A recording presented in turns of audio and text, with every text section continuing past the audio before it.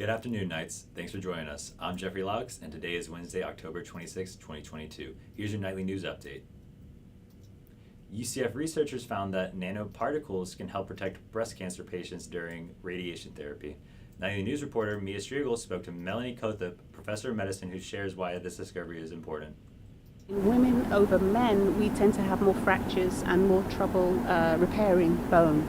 Kothep says they focused on breast cancer because women are more sensitive to radiation and bone damage. Breast cancer is the second most common cancer in women in the United States, according to the American Cancer Society. When patients are exposed to radiation, their bone becomes pretty fragile and weak, and if it can fracture easily. So the idea is to provide something that will protect the bone while the patient undergoes radiotherapy. The research was done by two teams led by Kothep and Dr. Sadupta Seal, chair and professor of material science and engineering. Kothep says they are now looking for ways to reduce and kill cancer cells using the nanoparticle.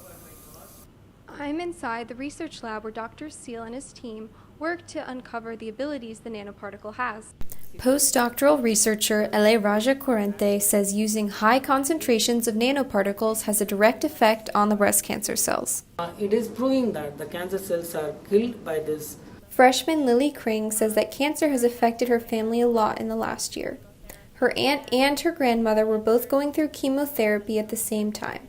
Her aunt is now in remission from breast cancer. I think that it's so important that research like this is being done so that families and individuals going through breast cancer and breast cancer treatment don't feel alone. Kothep says there's still a ways to go, but the results are looking promising.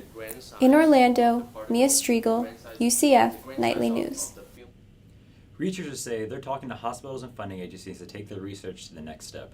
Kothep hopes this can prevent further damage in breast cancer patients. UCF's women's soccer team claimed their fourth ever AAC regular season conference championship trophy this Sunday. Nightly news reporter Jeffery Laux shares how this team got to this point after two decisive wins over two AAC conference foes in under a week. This week, UCF women's soccer conquered their goals. They defeated two conference foes at home while also clinching the AAC regular season championship. They head into tournament play with momentum on their side. The women played an all-around complete game against the ECU Pirates on Thursday to claim a win to finish off their schedule. Veteran head coach Tiffany Roberts-Sahadak expressed focusing on the single task at hand for her team. It's really about one game and put all of our focus and attention into that, and then we just move on. So I think that's the best way to rally the troops. The Cougars beat UCF during the 2021 season 0-1 in Houston, Texas. This time around, the black and gold got their revenge.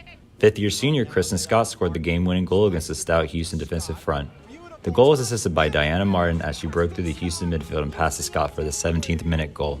Everything I do is for these people. I work for my coaches and my teammates. I love them so much, and making them happy, making them proud is my motivation. Scott made a total of 9 goals for the season, only one away from her career best of 10 in 2021. With a conference play record of 6 wins, 0 losses, and 1 draw, UCF now takes an advantage. The AAC tournament will be coming to Orlando as the Knights host multiple teams on the 3rd and 6th of November at the UCF Soccer Complex. This is good news for the team as their away record this season is 2 wins, 1 defeat, and 4 draws. The Knights set their eyes on visiting their rivals, the USF Bulls, to finish out the season.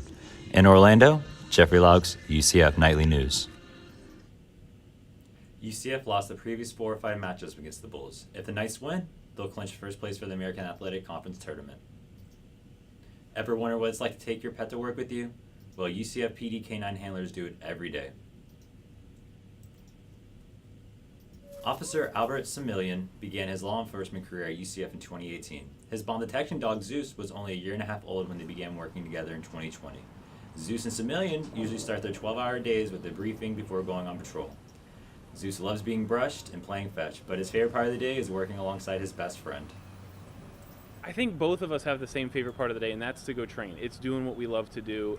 He's the most excited when he goes to work, and that's why we select these dogs. We look for which dog has the best, what they call toy drive. Zeus identifies the training odors so he can play with his toys as a reward. Then when the day is over, they head back home to get some much-needed rest. When Zeus retires, he will remain with Officer Similian.